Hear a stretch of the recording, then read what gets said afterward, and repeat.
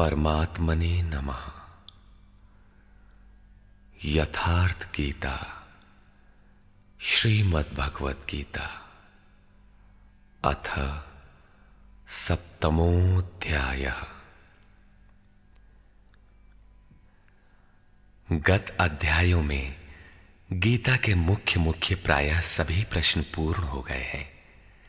निष्काम कर्म योग, ज्ञान योग, कर्म और यज्ञ का स्वरूप और उसकी विधि, योग का वास्तविक स्वरूप और उसका परिणाम तथा अवतार, वर्ण संकर, सनातन आत्मस्थित महापुरुष के लिए भी लोक हितार्थ कर्म करने पर बल, युद्ध इत्यादि पर विशद चर्चा की गई। अगले अध्यायों में योगेश्वर श्री कृष्ण ने इन्हीं से संदर्भित अनेक पूरक प्रश्नों को लिया है, जिनका समाधान तथा अनुष्ठान आराधना में सहायक सिद्ध होगा। छठे अध्याय के अंतिम श्लोक में योगेश्वर ने यह कहकर प्रश्न का स्वयं बीजारोपण कर दिया कि जो योगी मद्गतेनांतरात्मना, मुझ में अच्छी प्रकार स्थित अंतःकरण वाला है, उसे मैं अतिशय श्रेष्ठ योगी मानता हूं। परमात्मा में अच्छी प्रकार स्थिति क्या है? बहुत से योगी परमात्मा को प्राप्त तो होते हैं, फिर भी कहीं कोई कमी उन्हें खटकती है। लेश मात्र भी कसर न रह जाए, ऐसी अवस्था कब आएगी?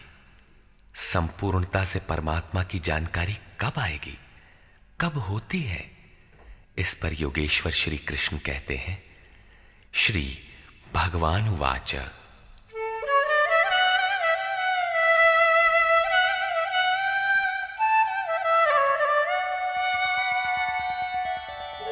मय्यासक्तमनः पार्थ योगं युञ्जन्मदाश्रयः असंशयं समग्रं मां यथा ज्ञास्यसि तच्छृणु। पार्थ, तू मुझ में आसक्त हुए मन वाला, बाहरी नहीं अपितु मदाश्रय अर्थात मेरे परायण होकर योग में लगा हुआ, छोड़कर नहीं, मुझको जिस प्रकार संशय रहित जानेगा उसको सुन, जिसे जानने के पश्चात लेश मात्र भी संशय न रह जाए। विभूतियों की उस समग्र जानकारी पर पुनः बल देते हैं। ज्ञानं तेहं सविज्ञानम् इदं वक्ष्याम्यशेषतः यज्ज्ञात्वा नेह भूयोऽन्यत् ज्ञातव्यमवशिष्यते। मैं तेरे लिए इस विज्ञान सहित ज्ञान को संपूर्णता से कहूंगा। पूर्ति काल में यज्ञ जिसकी सृष्टि करता है, उस अमृत तत्व की प्राप्ति के साथ मिलने वाली जानकारी का नाम ज्ञान है। परम तत्व परमात्मा की प्रत्यक्ष जानकारी का नाम ज्ञान है। महापुरुष को एक साथ सर्वत्र कार्य करने की जो क्षमता मिलती है, वो विज्ञान है। कैसे वो प्रभु एक साथ सबके हृदय में कार्य करता है, किस प्रकार वो उठाता, बैठाता और प्रकृति के द्वंद्व से निकालकर स्वरूप तक की दूरी तय करा लेता है, उनकी इस कार्य प्रणाली का नाम विज्ञान है। इस विज्ञान सहित ज्ञान को संपूर्णता से कहूंगा, जिसे जानकर, सुनकर नहीं, संसार में और कुछ भी जानने योग्य नहीं रह जाएगा। मानने वालों की संख्या बहुत कम है।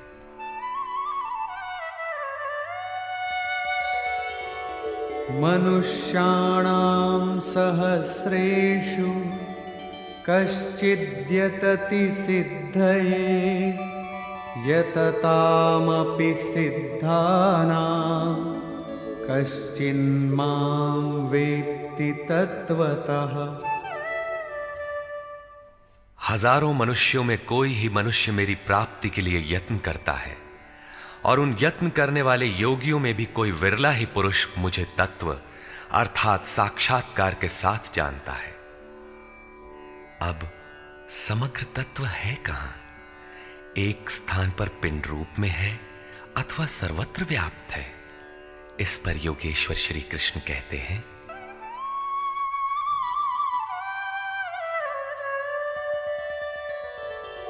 भूमिरापो नलो वायुः खं मनो बुद्धिरेव च अहंकार इतीयं मे भिन्ना प्रकृतिरष्टधा। अर्जुन, भूमि, जल, अग्नि, वायु और आकाश तथा मन, बुद्धि और अहंकार, ऐसे ये 8 प्रकार के भेदों वाली मेरी प्रकृति है। ये अष्टधा मूल प्रकृति है। अपरेयमितस्त्वन्यां प्रकृतिं विद्धि मे परां जीवभूतां महाबाहो ययेदं धार्यते जगत्। इयम अर्थात ये 8 प्रकारों वाली तो मेरी अपरा प्रकृति है, अर्थात जड़ प्रकृति है। महाबाहु अर्जुन, इससे दूसरी को जीव रूप परा अर्थात चेतना प्रकृति जान, जिससे संपूर्ण जगत धारण किया हुआ है, वो है जीवात्मा। जीवात्मा भी प्रकृति के संबंध में रहने के कारण वो भी प्रकृति ही है। एतद्योनीनि भूतानि सर्वाणीत्युपधारय अहं कृत्स्नस्य जगतः प्रभवः प्रलयस्तथा। अर्जुन, ऐसा समझ के संपूर्ण भूत एतद्योनीनि, इन महाप्रकृतियों से परा और अपरा प्रकृतियों से ही उत्पन्न होने वाले हैं। यही दोनों एकमात्र योनि हैं। मैं संपूर्ण जगत की उत्पत्ति तथा प्रलय रूप हूं, अर्थात मूल कारण हूं। जगत की उत्पत्ति मुझसे है और प्रलय अर्थात विलय भी मुझ में है। जब तक प्रकृति विद्यमान है तब तक मैं ही उसकी उत्पत्ति हूं, और जब कोई महापुरुष प्रकृति का पार पा लेता है तब मैं ही महाप्रलय भी हूं, जो अनुभव में आता है। सृष्टि की उत्पत्ति और प्रलय के प्रश्न को मानव समाज ने कौतूहल से देखा है। विश्व के अनेक शास्त्रों में इसे किसी न किसी तरह समझने का प्रयास चला आ रहा है। कोई कहता है प्रलय में संसार डूब जाता है, तो किसी के अनुसार सूर्य इतना नीचे आ जाता है कि पृथ्वी जल जाती है। कोई इसी को कयामत कहता है कि इसी दिन सबका फैसला सुनाया जाता है, तो कोई नित्य प्रलय नैमित्तिक प्रलय की गणना में व्यस्त है। किंतु योगेश्वर श्री कृष्ण के अनुसार प्रकृति अनादि है, परिवर्तन होते रहे हैं, किंतु ये नष्ट कभी नहीं हुई। भारतीय धर्म ग्रंथों के अनुसार मनु ने प्रलय देखा था। इसके साथ 11 ऋषियों ने मत्स्य की सींग में नाव बांधकर हिमालय के एक उत्तुंग शिखर की शरण ली थी। लीलाकार श्री कृष्ण के उपदेशों एवं जीवन से संबंधित उनके समकालीन शास्त्र भागवत में मृकंड मुनि के पुत्र मार्कंडेय जी द्वारा प्रलय का आंखों देखा हाल प्रस्तुत है। वे हिमालय के उत्तर में पुष्पभद्रा नदी के किनारे रहते थे। भागवत के 12 स्कंद के 8वें और 9वें अध्याय के अनुसार शौनक आदि ऋषियों ने सूत जी से पूछा कि मार्कंडेय जी ने महाप्रलय में वट के पत्ते पर भगवान बाल मुकुंद के दर्शन किए थे, किंतु वे तो हमारे ही वंश के थे और हमसे कुछ ही समय पूर्व हुए थे। उनके जन्म के बाद न तो कोई प्रलय हुआ और न ही सृष्टि ही डूबी, सब कुछ यथावत है। तब उन्होंने कैसा प्रलय देखा? सूत जी ने बताया कि मार्कंडेय जी की प्रार्थना से प्रसन्न होकर नर नारायण ने उन्हें दर्शन दिया। मार्कंडेय जी ने कहा कि मैं आपकी वो माया देखना चाहता हूं जिससे प्रेरित होकर ये आत्मा अनंत योनियों में भ्रमण करता है। भगवान ने स्वीकार किया और एक दिन जब मुनि अपने आश्रम में भगवान के चिंतन में तन्मय हो रहे थे, तब उन्हें दिखाई पड़ा कि चारों ओर से समुद्र उमड़कर उनके ऊपर आ रहा है। उसमें मगर छलांगे लगा रहे थे। उनकी चपेट में ऋषि मार्कंडेय भी आ रहे थे। वे इधर उधर बचने के लिए भाग रहे थे। आकाश, सूर्य, पृथ्वी, चंद्रमा, स्वर्ग, ज्योतिष मंडल सभी उस समुद्र में डूब गए। इतने में मार्कंडेय जी को एक बरगद का पेड़ और उसके पत्ते पर एक शिशु दिखाई दिया। श्वास के साथ मार्कंडेय जी भी उस शिशु के उदर में चले गए और अपना आश्रम, सूर्य मंडल सहित सृष्टि को जीवित पाया और पुनः श्वास के साथ उस शिशु के उदर से वे बाहर आ गए। नेत्र खुलने पर मार्कंडेय ने अपने को उसी आश्रम में अपने ही आसन पर पाया। स्पष्ट है कि करोड़ों वर्ष के भजन के पश्चात उन मुनि ने ईश्वरीय दृश्य को अपने हृदय में देखा, अनुभव में देखा। बाहर सब कुछ ज्यों का त्यों था। अतः प्रलय योगी के हृदय में ईश्वर से मिलने वाली अनुभूति है। भजन की पूर्ति काल में योगी के हृदय में संसार का प्रवाह मिटकर अव्यक्त परमात्मा ही शेष बचता है। यही प्रलय है। बाहर प्रलय नहीं होता। महाप्रलय शरीर रहते ही अद्वैत की अनिर्वचनीय स्थिति है। यह क्रियात्मक है। केवल बुद्धि से निर्णय लेने वाले भ्रम का ही सृजन करते हैं, चाहे हम हों या आप। इसी पर आगे देखें।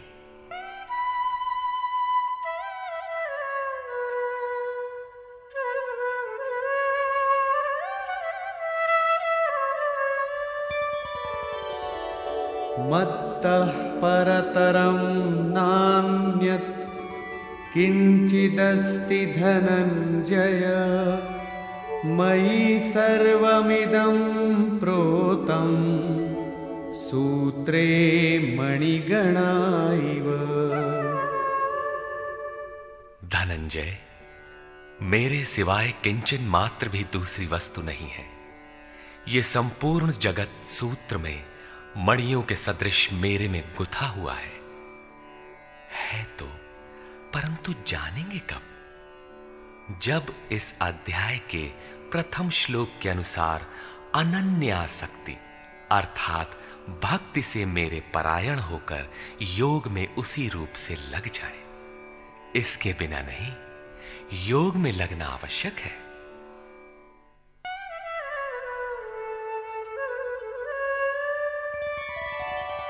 रसोऽहमप्सु कौन्तेय प्रभास्मि शशिसूर्ययोः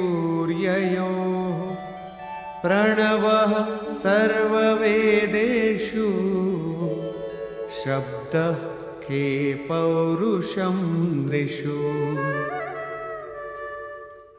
कौन्तेय, जल में मैं रस हूं, चंद्रमा और सूर्य में प्रकाश हूं, संपूर्ण वेदों में मैं ओंकार हूं। ओ धन अहम धनकार, स्वयं का आकार हूं। आकाश में शब्द और पुरुषों में पुरुष तत्व हूं, तथा मैं पुण्यो गंधः पृथिव्यां च तेजश्चास्मि विभावसौ जीवनं सर्वभूतेषु तपश्चास्मि तपस्विषु। पृथ्वी में पवित्र गंध और अग्नि में तेज हूं, संपूर्ण जीवों में उनका जीवन हूं और तपस्वियों में उनका तप हूं। बीजं मां सर्वभूतानां विद्धि पार्थ सनातनम् बुद्धिर्बुद्धिमतामस्मि तेजस्तेजस्विनामहम्। पार्थ, तू संपूर्ण भूतों का सनातन कारण अर्थात बीज मुझे ही जान। मैं बुद्धिमानों की बुद्धि और तेजस्वियों का तेज हूं। इसी क्रम में योगेश्वर श्री कृष्ण कहते हैं,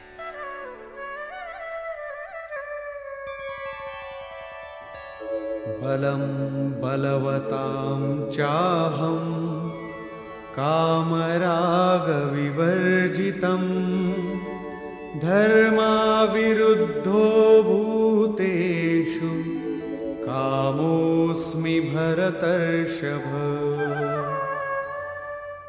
हे भरत श्रेष्ठ अर्जुन, मैं बलवानों का कामना और आसक्ति रहित बल हूं। संसार में सब बलवान ही तो बनते हैं। कोई दंड बैठक लगाता है, कोई परमाणु इकट्ठा करता है, किंतु नहीं, श्री कृष्ण कहते हैं कि काम और राग से परे जो बल है वो मैं हूं, वही वास्तविक बल है। सब भूतों में धर्म के अनुकूल कामना मैं हूं। परब्रह्म परमात्मा ही एकमात्र धर्म है जो सबको धारण किए हुए है। जो शाश्वत आत्मा है वही धर्म है। जो उससे अविरोध रखने वाली कामना है मैं हूं। आगे भी श्री कृष्ण ने कहा कि अर्जुन, मेरी प्राप्ति के लिए इच्छा कर। सब कामनाएं तो वर्जित हैं, किंतु उस परमात्मा को पाने की कामना आवश्यक है, अन्यथा आप साधन कर्म में प्रवृत्त नहीं होंगे। ऐसी कामना भी मेरी ही देन है।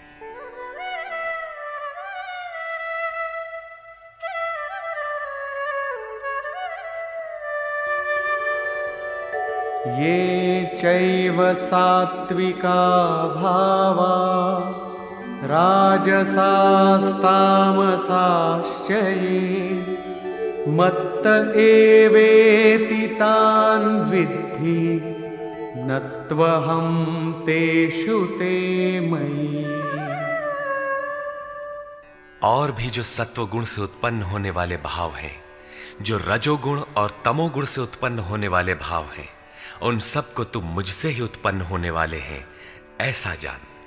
परंतु वास्तव में उनमें मैं और वे मेरे में नहीं हैं, क्योंकि न मैं उनमें खोया हूं और न वे ही मुझ में प्रवेश कर पाते हैं। क्योंकि मुझे कर्म से स्पृहा नहीं है, मैं निर्लेप हूं, मुझे इनमें कुछ पाना नहीं है, इसलिए मुझ में प्रवेश नहीं कर पाते। ऐसा होने पर भी जिस प्रकार आत्मा की उपस्थिति से ही शरीर को भूख प्यास लगती है, आत्मा को अन्न अथवा जल से कोई प्रयोजन नहीं है, उसी प्रकार प्रकृति परमात्मा की उपस्थिति में ही अपना कार्य कर पाती है। परमात्मा उसके गुण और कार्यों से निर्लेप रहता है। त्रिभिर्गुणमयैर्भावैः एभिः सर्वमिदं जगत् मोहितं नाभिजानाति मामेभ्यः परमव्ययम्। सात्विक, राजस और तामस, इन तीन गुणों के कार्य रूप भावों से यह सारा जगत मोहित हो रहा है। इसलिए लोग इन तीनों गुणों से परे मुझ अविनाशी को तत्व से भली प्रकार नहीं जानते। मैं इन तीनों गुणों से परे हूं, अर्थात जब तक अंश मात्र भी गुणों का आवरण विद्यमान है तब तक कोई मुझे नहीं जानता। उसे अभी चलना है, वो राही है। और दैवी ह्येषा गुणमयी मम माया दुरत्यया मामेव ये प्रपद्यन्ते मायामेतान्तरन्ति ते।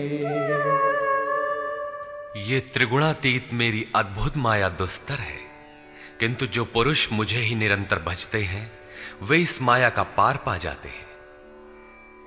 ये माया है तो दैवी, परंतु अगरबत्ती जलाकर इसकी पूजा न करने लगे, इससे पार पाना है। न मां दुष्कृतिनो मूढ़ाः प्रपद्यन्ते नराधमाः मायया परितज्ञानाः आसुरं भावमाश्रिताः। जो मुझे निरंतर भजते हैं वे जानते हैं, फिर भी लोग नहीं भजते। माया द्वारा जिनका ज्ञान अपहरण कर लिया गया है, जो आसुरी स्वभाव को धारण किए हुए मनुष्यों में अधम काम क्रोधादि दुष्कृतियों को करने वाले मूढ़ लोग मुझे नहीं भजते। तो भजता कौन है? चतुर्विधा भजन्ते मां जनाः सुकृतिनोऽर्जुन आर्तो जिज्ञासुरर्थार्थी ज्ञानी च भरतर्षभ। हे भरत श्रेष्ठ अर्जुन, सुकृतिनः उत्तम अर्थात नियत कर्म, अर्थात जिसके परिणाम में श्रेय की प्राप्ति हो उसको करने वाले, अर्थार्थी अर्थात सकाम, आर्तः अर्थात दुख से छूटने की इच्छा वाले, जिज्ञासु अर्थात प्रत्यक्ष रूप से जानने की इच्छा वाले, और ज्ञानी अर्थात जो प्रवेश की स्थिति में है। इन चारों प्रकार के भक्तजन मुझे भजते हैं। अर्थ वो वस्तु है जिससे हमारे शरीर अथवा संबंधों की पूर्ति हो। इसलिए अर्थ, कामनाएं सब कुछ पहले तो भगवान द्वारा पूर्ण होती हैं। भगवान श्री कृष्ण कहते हैं कि मैं ही पूर्ण करता हूं, किंतु इतना ही वास्तविक अर्थ नहीं है। आत्मिक संपत्ति ही स्थिर संपत्ति है, यही अर्थ है। सांसारिक अर्थ की पूर्ति करते करते भगवान वास्तविक अर्थ आत्मिक संपत्ति की ओर बढ़ा देते हैं, क्योंकि वे जानते हैं कि इतने ही से मेरा भक्त सुखी नहीं होगा। इसलिए वे आत्मिक संपत्ति भी उसे देने लगते हैं। लोक लाहु परलोक निबाहु, लोक में लाभ और परलोक में निर्वाह, ये दोनों भगवान की वस्तु हैं। अपने भक्त को खाली नहीं छोड़ते। आर्त, जो दुखी हो, जिज्ञासु, समग्रता से जानने की इच्छा वाले जिज्ञासु मुझे भजते हैं। साधना की परिपक्व अवस्था में दिग्दर्शन अर्थात प्रत्यक्ष दर्शन की अवस्था वाले ज्ञानी भी मुझे भजते हैं। इस प्रकार 4 प्रकार के भक्त मुझे भजते हैं, जिनमें ज्ञानी श्रेष्ठ है, अर्थात ज्ञानी भी भक्त ही है। इन सब में भी तेषां ज्ञानी नित्ययुक्त एकभक्तिर्विशिष्यते प्रियो हि ज्ञानिनोत्यर्थम् अहं स च मम प्रियः।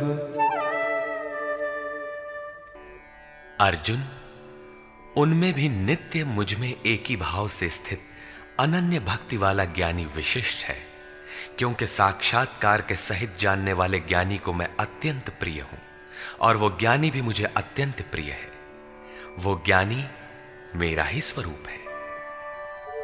उदाराः सर्व एवैते ज्ञानी त्वात्मैव मे मतम् आस्थितः स हि युक्तात्मा मामेवानुत्तमां गतिम्। यद्यपि ये चारों प्रकार के भक्त उदार ही हैं, कौन सी उदारता कर दी? क्या आपकी भक्ति करने से भगवान को कुछ मिल जाता है? क्या भगवान में कोई कमी है जिसे आपने पूरा कर दिया? नहीं, वस्तुतः वही उदार है जो अपने आत्मा को अधोगति में न पहुंचाए, जो उसके उद्धार के लिए अग्रसर है। इस प्रकार ये सब उदार है। परंतु ज्ञानी तो साक्षात मेरा स्वरूप ही है, ऐसी मेरी मान्यता है। क्योंकि वो स्थिर बुद्धि ज्ञानी भक्त सर्वोत्तम गति स्वरूप मुझ में ही स्थित है, अर्थात वो मैं हूं, वो मुझ में है, मुझ में और उसमें कोई अंतर नहीं है। इसी पर पुनः बल देते हैं। बहूनां जन्मनामन्ते ज्ञानवान् मां प्रपद्यते वासुदेवः सर्वमिति स महात्मा सुदुर्लभः। अभ्यास करते करते बहुत जन्मों के अंत के जन्म में, प्राप्ति वाले जन्म में साक्षात्कार को प्राप्त हुआ ज्ञानी सब कुछ वासुदेव ही है। इस प्रकार मेरे को भजता है। वो महात्मा अति दुर्लभ है, वो किसी वासुदेव की प्रतिमा नहीं गढ़वाता, बल्कि अपने भीतर ही उस परम देव का वास पाता है। उसी ज्ञानी महात्मा को श्री कृष्ण तत्वदर्शी भी कहते हैं। इन्हीं महापुरुषों से बाहर समाज में कल्याण संभव है। इस प्रकार के प्रत्यक्ष तत्वदर्शी महापुरुष श्री कृष्ण के शब्दों में अति दुर्लभ है। जब श्रेय और प्रेय अर्थात मुक्ति और भोग दोनों ही भगवान से मिलते हैं, तब तो सभी को एकमात्र भगवान का भजन करना चाहिए। फिर भी लोग उन्हें नहीं भजते। क्यों? श्री कृष्ण के ही शब्दों में,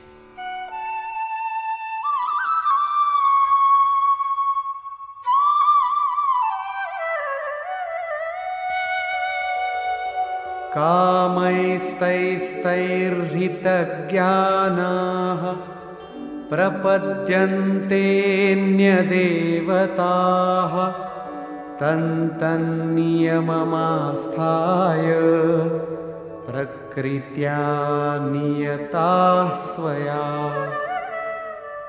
वो तत्वदर्शी महात्मा अथवा परमात्मा ही सब कुछ है। लोग ऐसा समझ नहीं पाते, क्योंकि भोगों की कामनाओं द्वारा लोगों का विवेक अपहरण कर लिया गया है। इसलिए वे अपनी प्रकृति अर्थात जन्म जन्मांतरों से अर्जित संस्कारों के स्वभाव से प्रेरित होकर मुझ परमात्मा से भिन्न अन्य देवताओं और उनके लिए प्रचलित नियमों की शरण लेते हैं। यहां अन्य देवता का प्रसंग पहली बार आया है।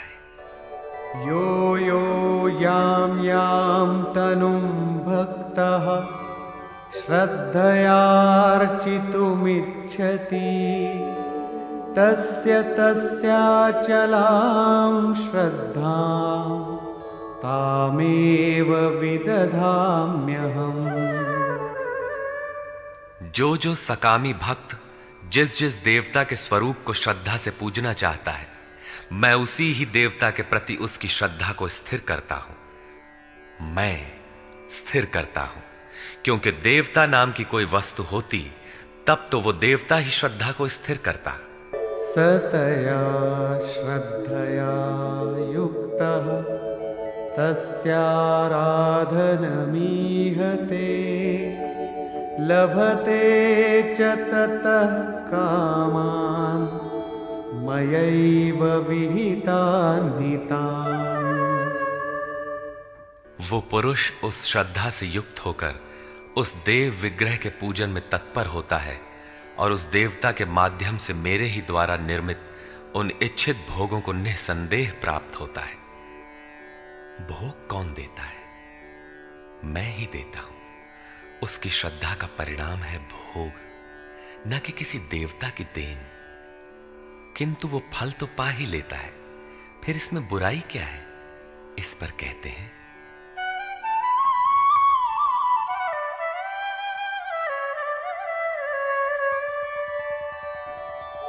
अन्तवत्तु फलं तेषां तद्भवत्यल्पमेधसां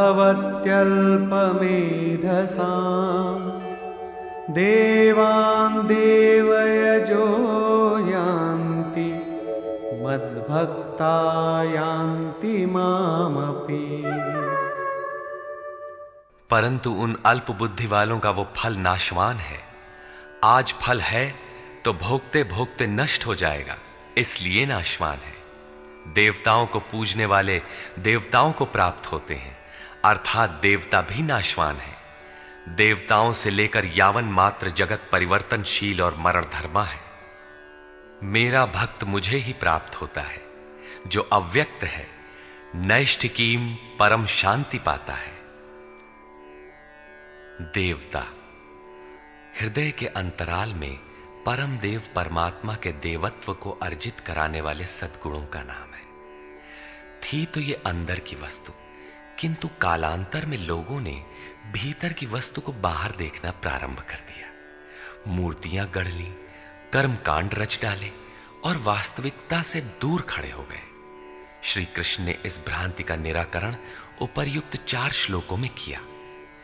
गीता में पहली बार अन्य देवताओं का नाम लेते हुए उन्होंने कहा कि देवता होते ही नहीं, लोगों की श्रद्धा जहां झुकती है वहां मैं ही खड़ा होकर उनकी श्रद्धा को पुष्ट करता हूं और मैं ही वहां फल भी देता हूं।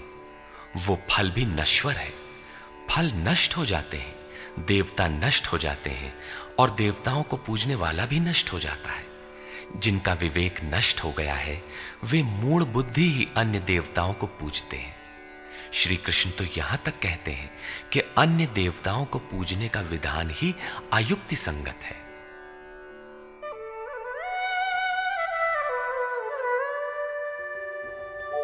अव्यक्तं व्यक्तिमापन्नं मन्यन्ते माम बुद्धयः परं भावमजानन्तो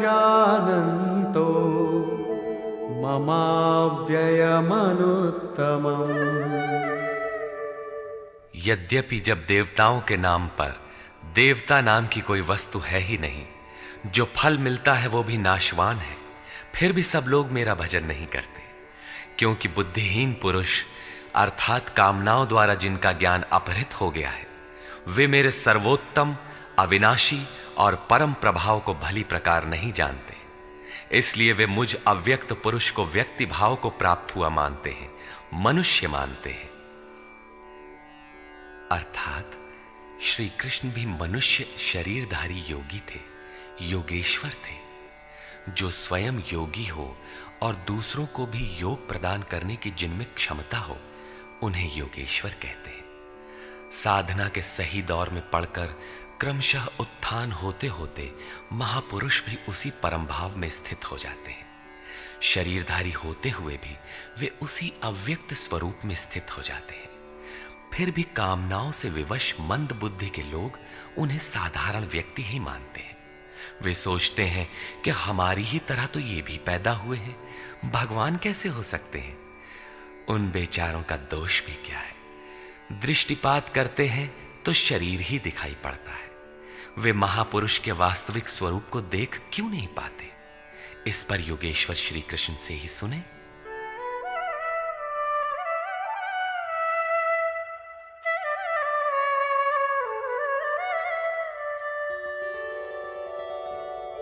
नाहं प्रकाशः सर्वस्य योगमाया समावृतः मूढोऽयं नाभिजानाति लोको मामजमव्ययम्। सामान्य मनुष्य के लिए माया एक पर्दा है जिसके द्वारा परमात्मा सर्वथा छिपा है। योग साधना समझकर वो इसमें प्रवृत्त होता है। इसके पश्चात योग माया अर्थात योग क्रिया भी एक आवरण ही है। योग का अनुष्ठान करते करते उसकी पराकाष्ठा योगारूढ़ता आ जाने पर वो छिपा हुआ परमात्मा विदित होता है। योगेश्वर कहते हैं कि मैं अपनी योग माया से ढका हुआ हूं। केवल योग की परिपक्व अवस्था वाले ही मुझे यथार्थ देख सकते हैं। मैं सबके लिए प्रत्यक्ष नहीं हूं।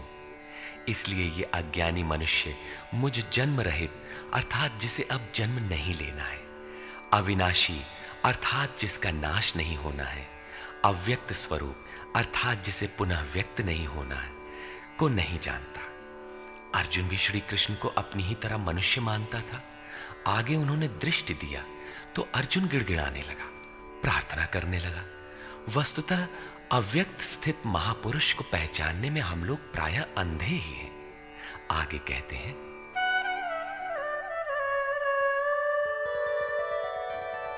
वेदाहं समतीतानि वर्तमानानि चार्जुन भविष्याणि च भूतानि मां तु वेद न कश्चन।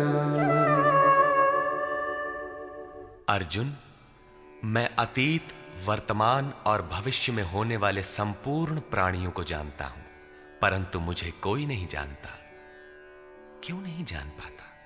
इच्छा द्वेष समुत्थेन द्वंद्व मोहेन भारत सर्वभूतानि सम्मोहम् सर्गे यान्ति परन्तप।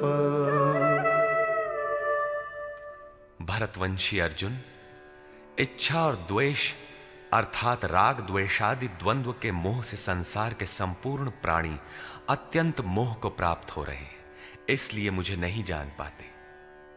तो क्या कोई जानेगा ही नहीं? योगेश्वर श्री कृष्ण कहते हैं,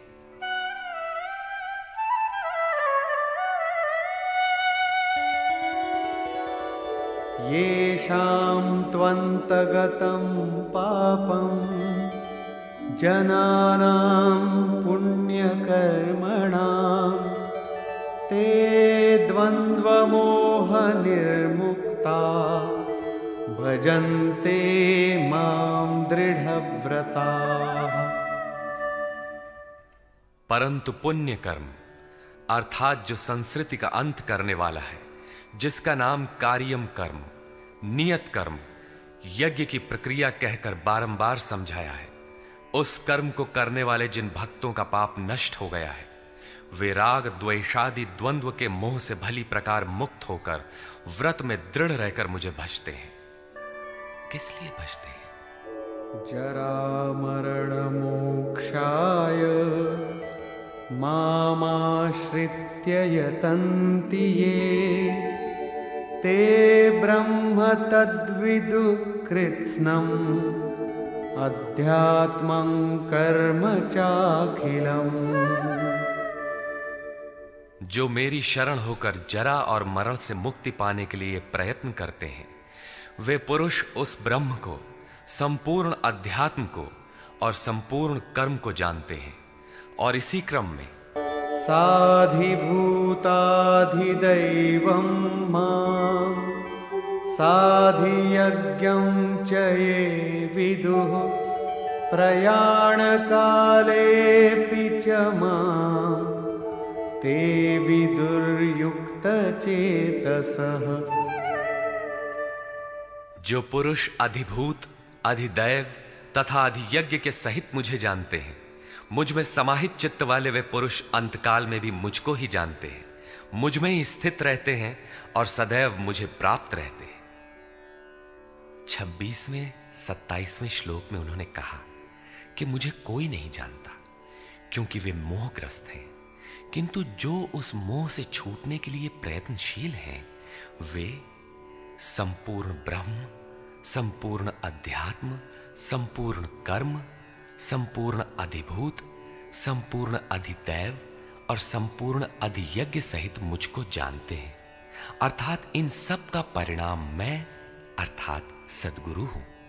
वही मुझे जानता है, ऐसा नहीं कि कोई नहीं जानता। निष्कर्ष, इस 7वें अध्याय में योगेश्वर श्री कृष्ण ने बताया कि अनन्य भाव से मुझ में समर्पित होकर, मेरे आश्रित होकर जो योग में लगता है, वो समग्र रूप से मुझे जानता है। मुझे जानने के लिए हजारों में कोई विरला ही प्रयत्न करता है, और प्रयत्न करने वालों में विरला ही कोई जानता है। वो मुझे पिंड रूप में एक देशीय नहीं वरन सर्वत्र व्याप्त देखता है। 8 भेदों वाली मेरी जड़ प्रकृति है, और इसके अंतराल में जीव रूप मेरी चेतन प्रकृति है। इन्हीं दोनों के संयोग से पूरा जगत खड़ा है। तेज और बल मेरे ही द्वारा है। राग और काम से रहित बल तथा धर्मानुकूल कामना भी मैं ही हूं।